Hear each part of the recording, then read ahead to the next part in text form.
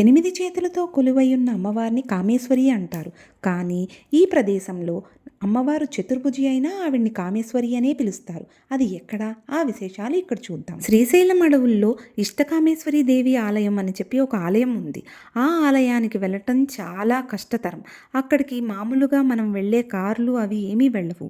అక్కడ ఒక్క జీపులు మాత్రమే వెళ్తాయి. అంత కష్టతరంగా ఉంటుంది ఆ ప్రయాణం.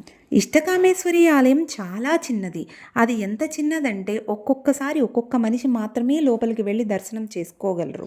అసలు కామేశ్వరి అనే మాటకు అర్థం ఏంటి? అమ్మవారు 8 చేతులతో ఉంటుంది. అప్పుడు ఆవిడ్ని కామేశ్వరి అని పిలుస్తారు. కానీ ఇక్కడ అమ్మవారు చతుర్భుజి అయి ఉంటుంది. 2 చేతులతో ఏమో తామర పువ్వులు పట్టుకుని ఉంటుంది. మిగతా 2 చేతుల్లో ఒక చేతిలో ఏమో రుద్రాక్షమాల, ఇంకో చేతిలో శివలింగం ఉంటుంది. ఇక్కడ చతుర్భుజి అయి ఆవిడ నిలుస్తుంది.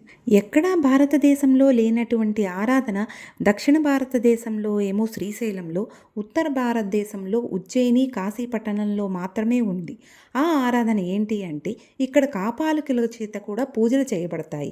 ఆ సాక్ష్యాలు కూడా మనం అక్కడ ఉన్న గుహల్లోకి వెళ్ళి చూస్తే తెలుస్తాయి. ఒకానొక కాలంలో సిద్ధనాగార్జునుడు అనే ఆయన శ్రీశైలం కొండని మొత్తం బంగారంగా మార్చాలని చెప్పి మూలికల మూటను తీసుకొచ్చి త్రిఫల వృక్షం కింద పెట్టారు. శ్రీశైలంలో అలాంటి మూలికలు చాలా ఉన్నాయి. కామేశ్వరీదేవి మనం కోరుకున్నవన్నీ ఇస్తుంది ఇక్కడ. అందుకే ఆవిడ ఇష్ట కామేశ్వరీదేవి.